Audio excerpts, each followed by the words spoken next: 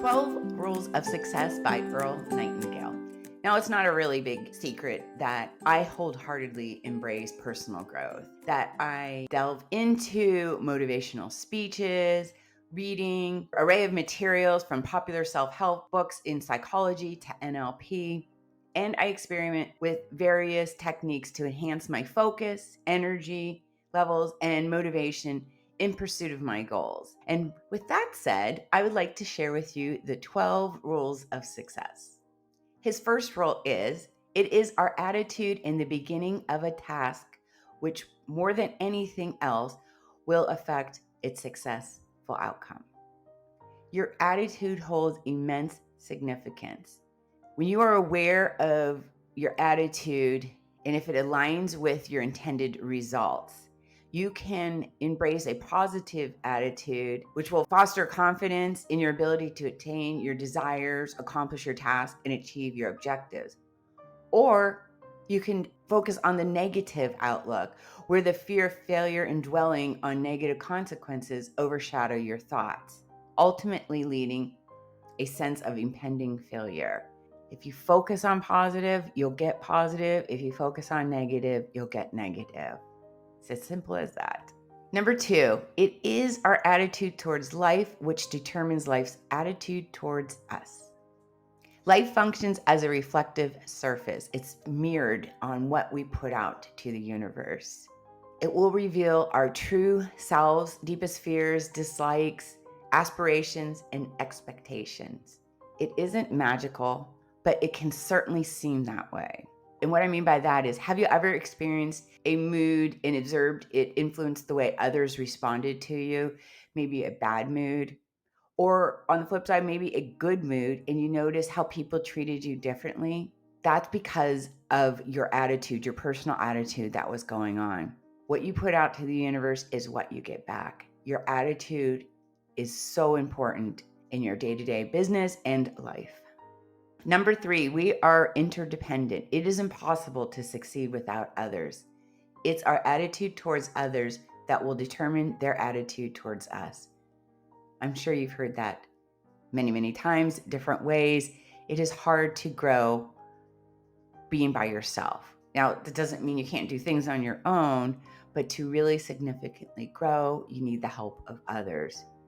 According to popular wisdom, no man is an island. The notion extends beyond the understanding that while one can achieve many things, only some things are within their grasp. It also encompasses the prevalent feelings of inner loneliness that many harbor, as though others are somehow less human and incapable of comprehending their essence. Such a perspective is somewhat self-centered. Number 4, before a person can achieve the kind of life he wants, he must become that kind of individual. He must think, act, talk, walk, and conduct himself in all of his affairs as would the person he wishes to become. Again, to elaborate on this statement, you must become what you visualize you want to be. You can't, sit around partying every night and expect to be a top real estate agent. You have to do the actions now and feel it and do what a top real estate agent does in order to become a top agent. As the saying goes, fake it until you make it. Break out of your routine. Dare to be unconventional. Envision the person you inspire to become. Seek wisdom from those who have already achieved what you aspire to attain. Get a mentor, get a coach. Surround yourself with those you want to become like. Number 5, the higher you go in any organization of value, the better will be the attitude you'll find. There exists a misconception that ascending the social hierarchy requires ruthlessness, knowing the right connections, or sheer luck. This notion is a misconception.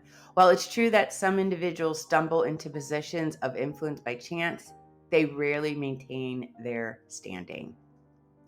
Jim Rohn expressed this idea eloquently by suggesting that if someone were to offer you $1 million, you should promptly adopt the mindset of a millionaire to ensure you can manage and retain the wealth. Exceptional leaders are characterized by their trustworthiness and honesty, qualities they extend throughout the breadth of their influence. This is why they garner the affection of many.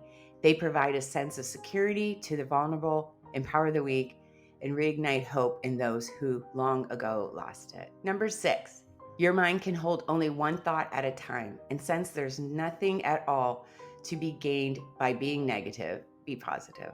Negativity has a compelling allure and tends to spread like wildfire. Complaining about your problems or situations might offer a temporary relief, but it becomes a repetitive cycle, creating a detrimental pattern.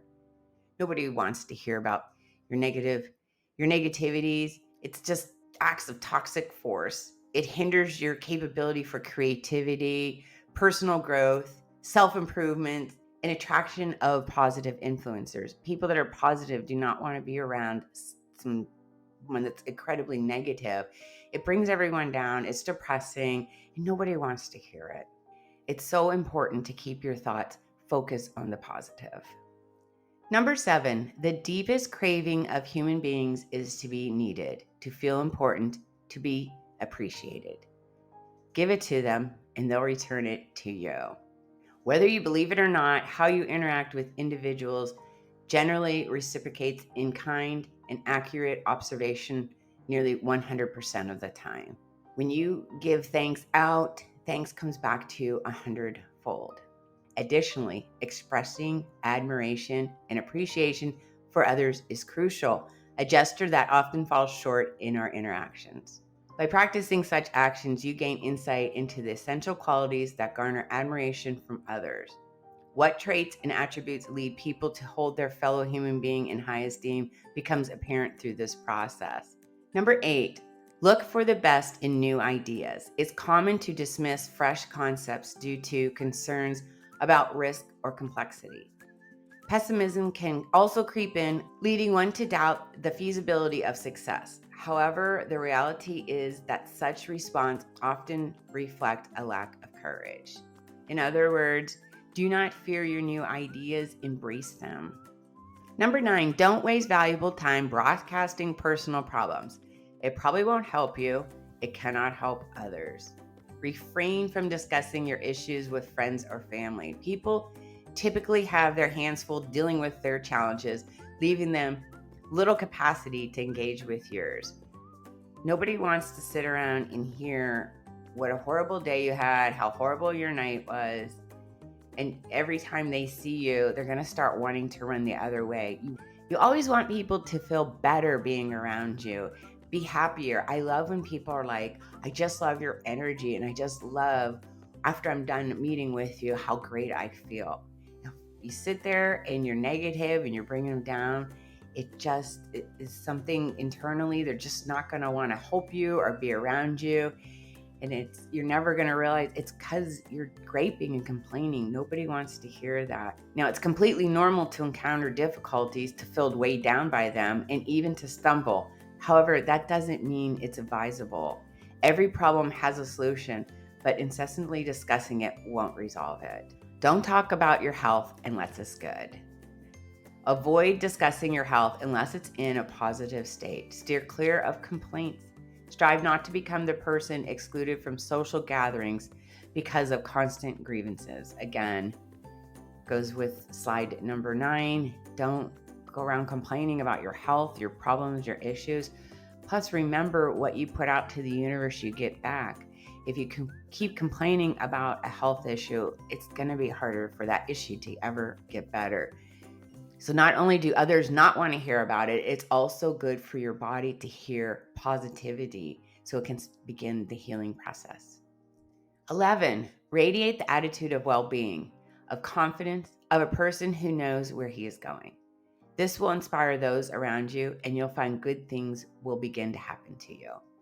Are you curious about the elusive secret to success that often evades many? It's the fact that people are naturally drawn to those who radiate happiness, exhibit confidence, vitality, and passion. That's the key. It's not about wealth, appearances, or pretending to be someone you're not. It's entirely about your attitude towards yourself, others, and life as a whole. 12, treat everyone you come in contact with as the most important person on earth. How frequently do we overlook the humanity of others, failing to recognize that they too are just like us? How often do we engage in conflicts with others simply due to our own sour disposition? How often do we find ourselves functioning on autopilot, trapped in an egocentric mindset that leads us to perceive everyone as an obstacle, as unintelligent, lethargic, and inconsiderate, while taking everything as a personal affront? Try it. Treat everyone you come in contact with as the most important person on earth and just see a difference. Not only will they feel amazing walking away, you will feel wonderful as well. Thank you. Now, I find this list remarkable, and I'm aware that some of you might be skeptical, thinking, can it really be this straightforward? Well, it can. But how can you be certain if you haven't consistently tested all the items on the list? Go ahead, go back through the video, write down the list, and go over it and start doing the list, and you will see a huge difference in your personal life and your business.